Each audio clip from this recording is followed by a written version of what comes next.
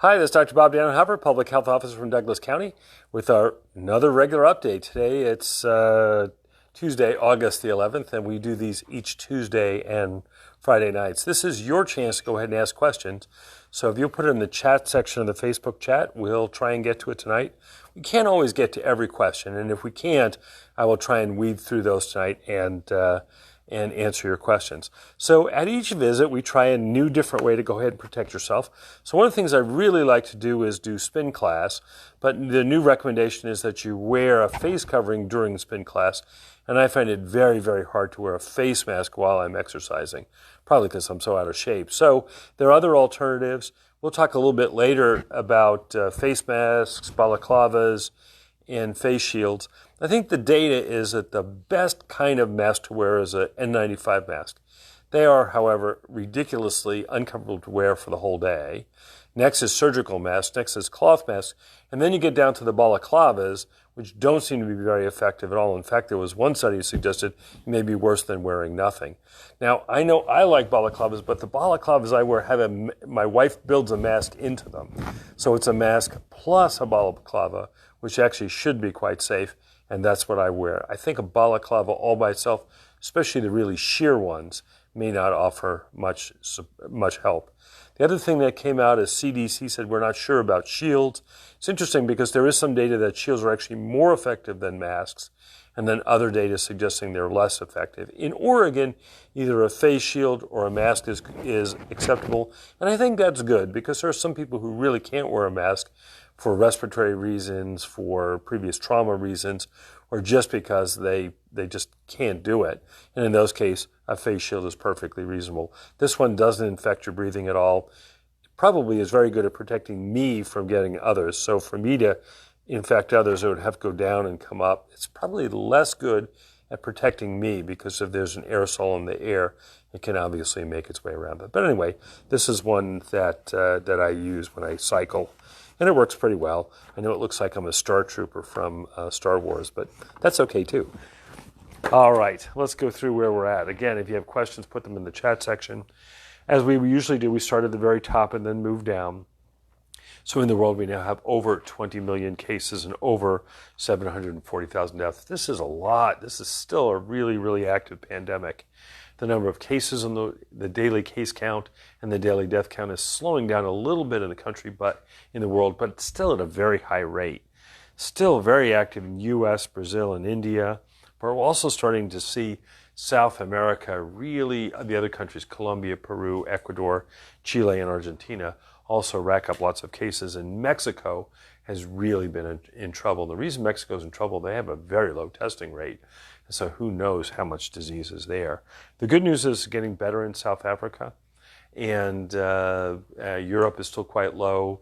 So overall, places are doing, there's some places that are doing well. In the U.S., we're now at 5.2 million cases and 166,000 deaths. Still the most active areas in the U.S. are in California, Florida, Texas, and Georgia, especially in the last week, has been really very active. Tennessee, Kentucky, Arkansas, Missouri also starting to get very active. And that's a big concern because those are areas of the country that are considerably more rural, and we're starting to see an increase in rural areas. In Oregon, we're now at 21,000 cases and 368 deaths. It looks like over the last week or so, this also is starting to come down, and this is all good news. In Douglas County, we're at 156 cases. Of those 156 cases, 142 have positive tests, and 14 are presumptive cases. A presumptive case, somebody who's a close contact of a case with symptoms that are very suggestive of the disease, but they don't yet have a positive test. Now, some people are tested once or twice and it's negative, and then the third time turns positive. So some of those presumptives may have the disease and they haven't tested positive. Some haven't tested positive yet. Some may never test positive. We have 3 in the hospital, 1 an out-of-state person who's in the Roseburg Hospital, another Douglas County person who's in the Douglas County Hospital, and then a Douglas County person who's up in Eugene. When we look at our cases, again, almost all of our cases are from travel. So the 2 cases that I'd like to point out this week, One is kids visiting from Washington, giving it to the family. The other one is a family member visiting a family member in Idaho, getting in Idaho and bringing it back here.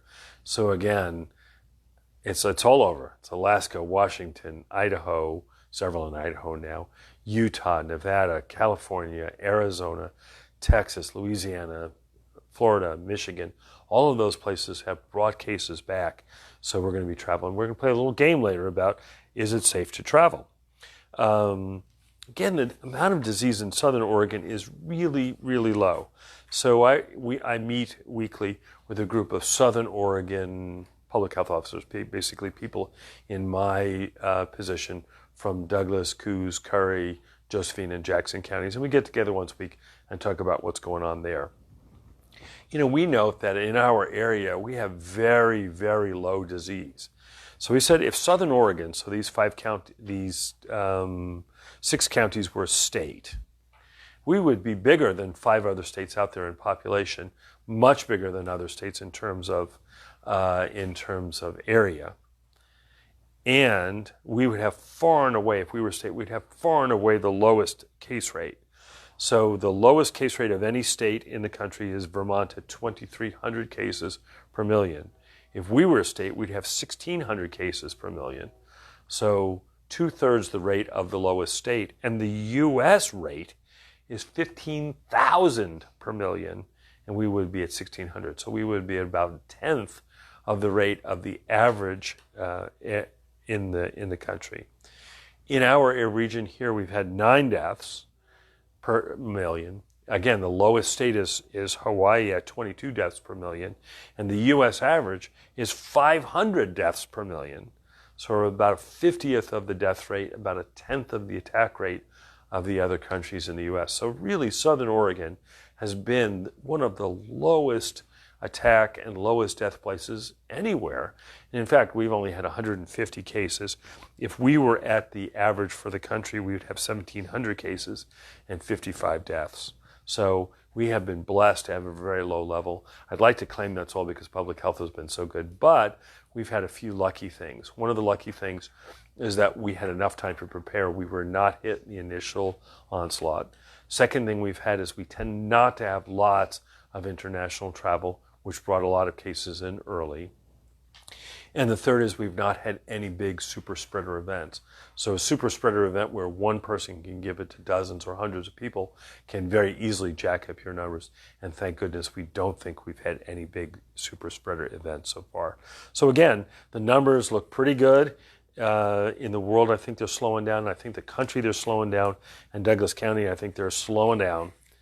And started off at a low place. So that's a good thing.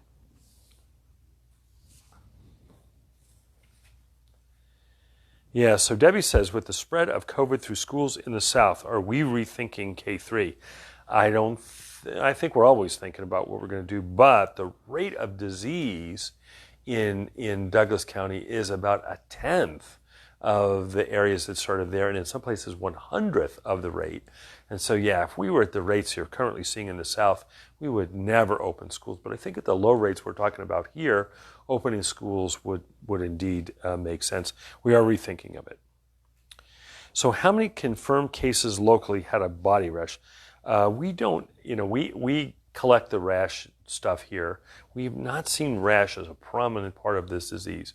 There's an unusual thing called COVID toes, which people get, which looks like frostbite of your toes. Quite sure why that happens. And then we've seen there's also been a petechial rash. I don't know if any of our cases have had that. So Patty said, I heard today that New Zealand hasn't had a case in 100 days. Yay! Yes, they've not had a case in a long time.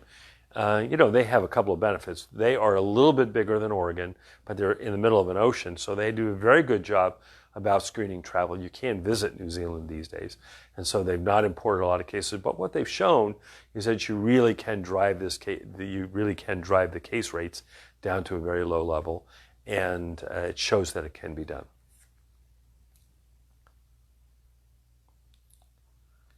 So Veronica says, is it right to open schools by percent in the county? Some areas in the county have low cases.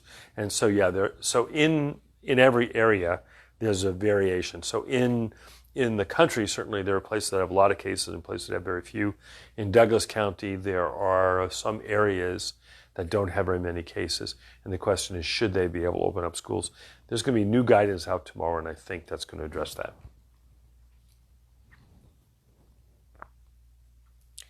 So if you can smell fragrance through your mask, is it effective?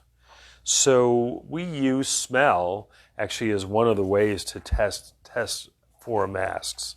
So we know that if you can't smell, then the mask is very effective. So in fact, Kristen, who's here, is one of our fit testers. And so what you do is you put on an N95 mask and you get it all straightened out so it's there.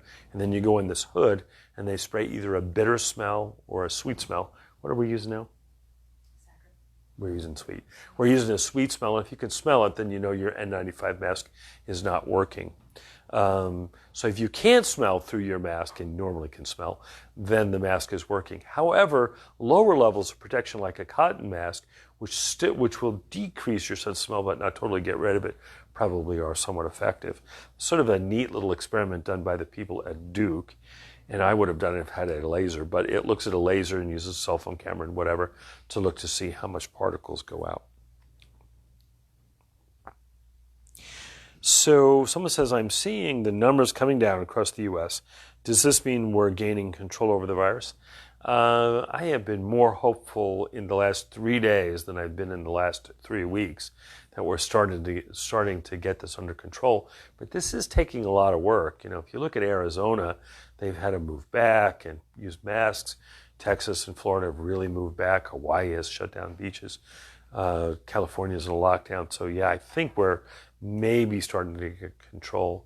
My concern is that when the fall comes and the weather gets rainy and colder, people will spend more time inside, and that'll be a problem. I think when schools open, that could drive a little bit.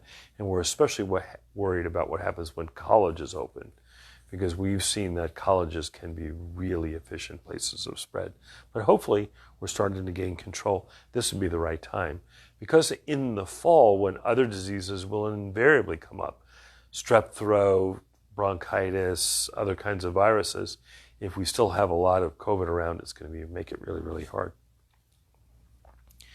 How many active cases today? I think it was 27, but we can look. I'll look for you. So when will we follow Russia and have a vaccine, Leah asks. So we've been working very well on a vaccine. If you talk about the one part of the U.S. response that has been pretty good, it's been the vaccine response.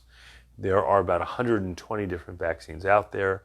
There are about 20 that are in human trials, and there are several that are in phase 3 trials.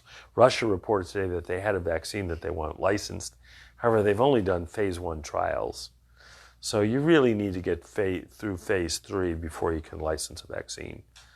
There's a lot of bragging going on in the world here, and I think this will be bragging. Now, I don't have any details about what the Russian vaccine is. They did not release any details, so I don't know what it's from. Okay, so the question is, how many active cases? 27. We've been in the 20s for a while now, so that hasn't increased or decreased very much. But remember, that once you're a case, you stay a case for 14 days. So for 10 to 14 days, depending upon how long your symptoms last. So this really reflects the cases over the last 2 weeks. So the Department of Ed said that rural areas may be able to open up. Again, can I clarify this? So I have seen the draft and spent actually much of the weekend working on this draft with ODE and the state. And so, we agree when we do things like that. That way we won't release details before it's published. But it'll be published tomorrow. So if you join us on Friday, I will be giving you the details, but I will give you the teaser that rural areas may be able to open up. And rural areas, especially the areas that are remote and rural, and areas that have small schools. So Barbara says, do you have any concerns that masks are giving people a false sense of security that cause them to ignore social distancing? Certainly could happen. I think I've seen a lot more mask use in the last 3 weeks, and that may be the reason we're starting to see a decline here. I don't know if it's causing people false security, but it really shouldn't. So the first thing that you should do is social distancing. The second is, if you can't do social distancing for whatever reason, crowded restaurant or whatever, then you should use a mask.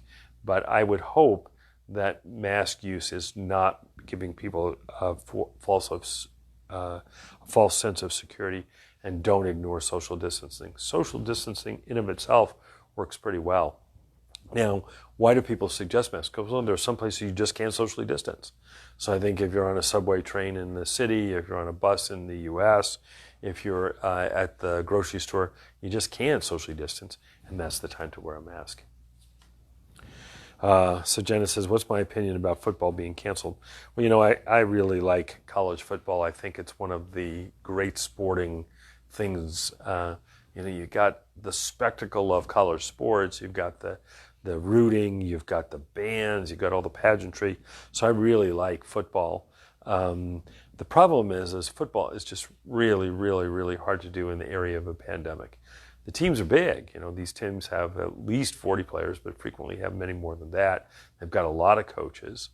They have a lot of work that they do inside with looking at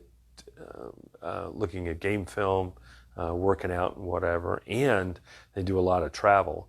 And for all those reasons, it was hard to see how such a big sport would do it.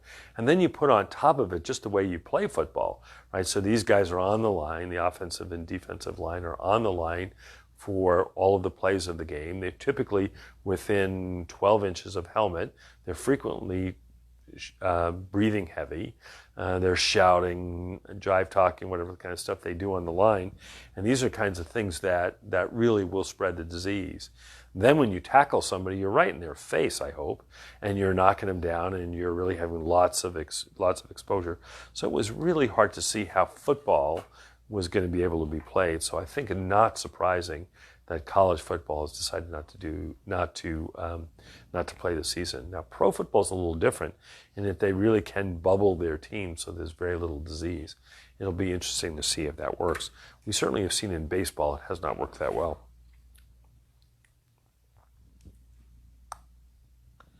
Yeah. So this is about the two studies. Jeff talks about these two therapeutic studies.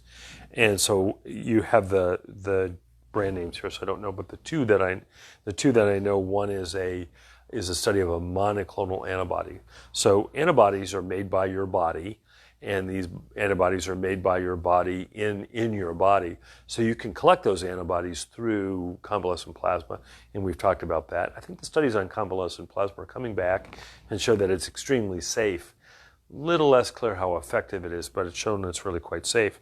But suppose you could take one of those antibodies from a human being who made it. You could find that antibody was neutralizing, and then in the laboratory or in the factory, you could make a zillion copies of that antibody called a monoclonal antibody, and then give it to people either as an early treatment or as a preventive medicine. That could really work. We know that monoclonal antibodies do work. There's a disease called respiratory syncytial virus that we've used for years. It's pretty good. It's not that great. And so it would have to be a little bit better than Synagis for RSV, but that could work. The other one, I don't want to speak because I'm not sure that I know the name of it. So Lisa says, if masks are worn, is the length still 6 feet? So again, the further you get apart, the better it is. But if you're seated and not doing unusual activity like exercise, 6 feet is thought to be a pretty good spacing. So Naomi said, are children almost immune from COVID? And the president said that the other day, and I'm afraid he conflated some things. So immune would mean that you wouldn't get it. And I think every study has shown that kids get it. They may get it at a lower rate, but that kids do indeed get it all the way from newborns all the way through. And in fact, we had our first case of a 6-year-old, the first case less than 10. It was a 6-year-old who had this disease and got it from the family. So kids are clearly not immune. And in fact, the AAP reported in the last 2 weeks of July, there were almost 100,000 cases in kids. So immune would mean you don't get the disease. That's clearly not right. Now, the second question is, are you less likely to get sick from it? And the answer to that is yes. So I wouldn't call that immune. I would say they get less sick when they get it. I would be more correct. They get less sick when they get it. Although, of those 100,000 kids, there are some admissions. I mean, you never want your kid admitted to the hospital, and there are some deaths. So kids get sick at a much lower rate than adults, and get hospitalized at a much lower rate than adults, although not at a zero rate. So very, very good new data visualization from the Oregon Health Authority looking at it today. So if you go on the Tableau data dashboard, and for people who love data, they have new data in there about hospital usage, about stuff by kids in different ages, whatever. It's really great for those of us who are data nerds. And so to say, so I think when they said kids immune, I think he spoke broadly and not exactly correct. Now, he does have the world's best briefers. I mean, really, if you were the president, you could say, I want to know everything about this, and you could get the world's best briefers. So I would just encourage all of us to speak more correctly when we speak.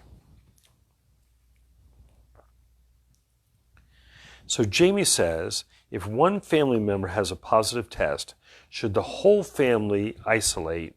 What if they can't? So if the family member has a positive test, they should isolate. So isolate means when you have the disease, they should isolate. The family members, if they're not sick, don't need to isolate, but they should quarantine. And that would mean they should stay away from others.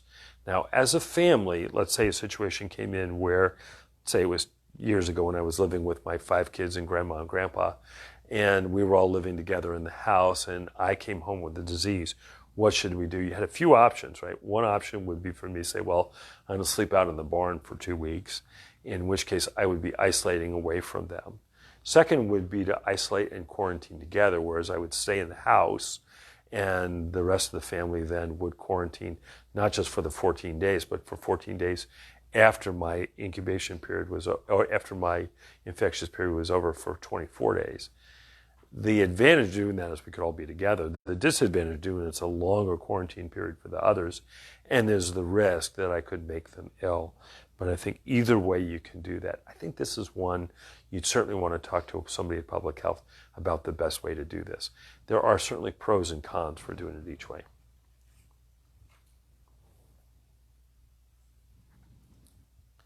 So Debbie says, it looks like Southern Oregon cases increased over the last 2 weeks and now leveled. Is this a good sign? Yeah, it really is. I mean, it looks all through Oregon that things have leveled a little bit, and that's a good sign. But again, we thought this leveling was going to happen back in June at a much lower level. So the fact that it's leveling now at this higher level and it's the middle of August is a little concerning, but certainly better to see it leveling than to see it go up. Okay, so travel has been our big bugaboo. More than half of our cases are related to travel. So Commissioner Freeman says, well, why don't you talk about some sort of travel scenarios and talk about, is this a good travel plan? Is this not a good travel plan? Is this, so do it. So let's take the first one. So family wants to take a week and we want to hike all the waterfalls of the North Umpqua Trail. Is this a good thing? Okay, so it's within your own family, so you're not bringing new people in. It's outdoors, and for the most part, you're going to be in a place where you're not around lots of other people. That is a great idea. So hiking all the falls of the North Umpqua, which I've not done yet, would be a great thing to do. Hiking the North Umpqua Trail, again, a perfect thing to do. Go camping at the coast in your small little group, as long as you don't have a lot of other exposures, a great plan. What about a road trip? Maybe a road trip to the coast. Say, okay, now there's some caveats here. You take the road trip to the coast and stay with a bunch of people, eat at big crowded restaurants. Not so safe, but if you want to really make it safe, road trip at the coast, take out food, minimal stops, pretty safe. Okay, let's get to the more dangerous ones. Grandma is coming from Nevada, a very high-risk state, to visit the family for a family reunion. Got to worry about that. We've had a bunch of these where relatives have visited for family reunions and then spread it to so many people around. That is dangerous. And how is it dangerous? It's dangerous because grandma, whoever's traveling, gets exposed a day or 2 or 3 before they leave, by the time they get here, because it only takes a day or so to get here, by the time they get here, they are now pre-symptomatic and showing no symptoms, so they still go to all the parties. A couple of days later, they get sick, and they were contagious at the time. So if grandma is coming from Nevada to visit family for a family reunion, really dangerous, really dangerous. So really dangerous because these other states have so much more disease. So grandma, how could you do this? Well, grandma, if you're just visiting, how about if you come 2 weeks early and quarantine here for the 2 weeks before you get here? Either take a very slow road trip or whatever, quarantine for the 2 weeks you get here. Even if you did get exposed in a week or two, in a day or two before you got here, you would no longer be contagious at 14 days and you'd be safe to the family reunion. So, I mean, obviously some people have time concerns and they can't quite do it, but if you can do it, quarantine for 2 weeks. So I have 2 families that have talked to me about this. And, you know, they wanted to visit their grandkids or they wanted their grandkids to visit them, and they were concerned about the spread. And the way to do it is to quarantine in between, and to quarantine in between either at home or during the trip. So in your car, you're very safe because you're just with family members. And then if you stop for takeout food, you do the motel rooms where you just go in without a lot of stuff, without eating breakfast in the downstairs, whatever. That are all very safe to go. Okay, what about a quick weekend in Las Vegas? I'm going to wear my mask.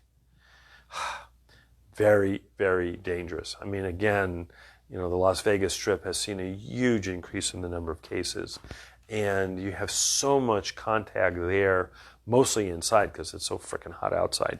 So mostly inside, that has got to be considered really dangerous. Let's say you really want to do it. Big friend, you want to go to their wedding. Do it, but then come back in quarantine. Don't go back to work right away, because it's when you go back to work right away, when you get sick, you'll now expose others. So, what are the? Let's say you just have to visit. You know, there's some families that have to visit. Quarantining before, quarantining after, if you can, is great. If you're going to go to a picnic or something, outdoors seems to be so much safer than indoors. So when we look, it's hard for us to find a case where we think there was outdoor transmission. Almost all of these cases have lots of indoor transmission. So in one case is a wedding. The people were indoors, almost all got it, but the people were outdoors, very few got it. So again, outdoors, much safer than indoors.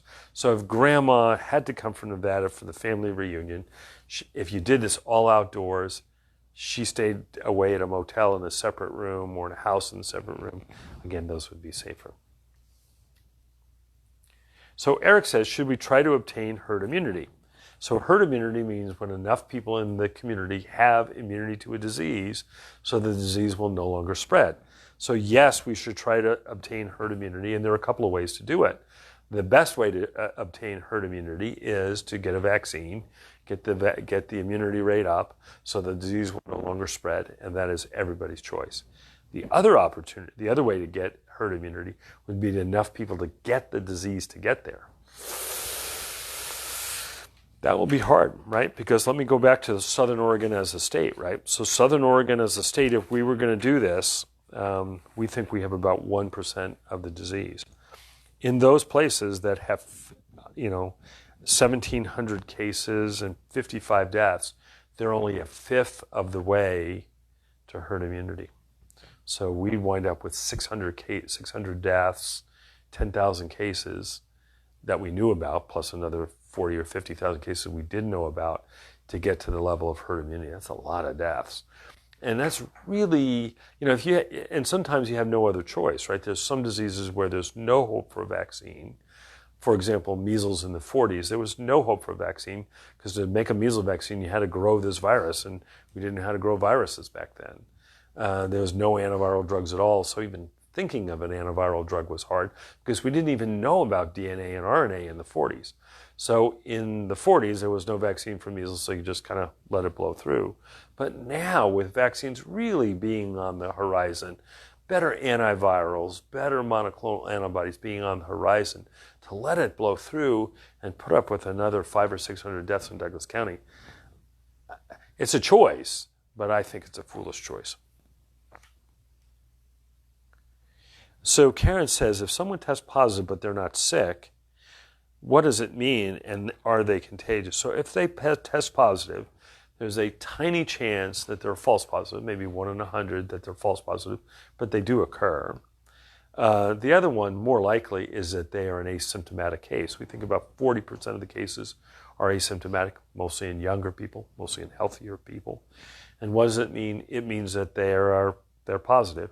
Does it mean they're contagious? This is one of the things that's so hard to know. We do know that people who are positive and are not yet sick but will eventually get sick are the most contagious people out there. It is so hard to know if people who are continuously asymptomatic are contagious. It's very hard to know. We do know they carry virus.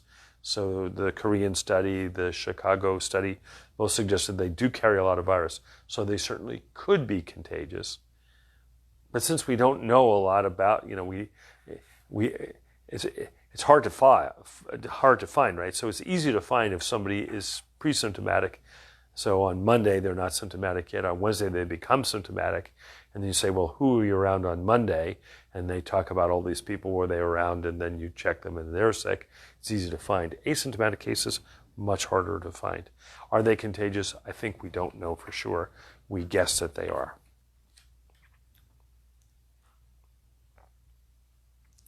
So why don't they give masks to jails and prisons instead of releasing them if they work? I don't know what they're doing in jails, in prisons.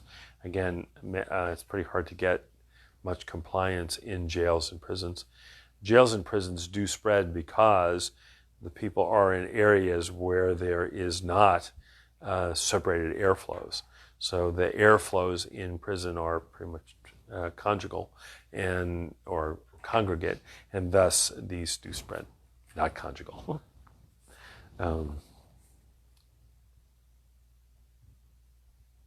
So we're concerned that we're not focusing enough attention on survivors who have long-term effects. Yeah, Jane, I totally hear you.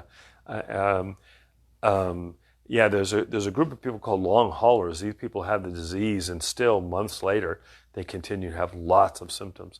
And what we are afraid of is that, deaths are bad, but for everybody who survives, we're going to have people have long-term kidney damage. We're going to have people have long-term lung damage. We're going to have long-term brain damage. And then there are going to be a lot of people who have long-term symptoms. So again, the idea of, just let it blow through, most people will do fine, doesn't seem to be true. Some of these long haulers have been really quite sick. And a lot of the people who lost kidney function are never going to get it back. So they're going to be on dialysis the rest of their lives. That is really, really problematic.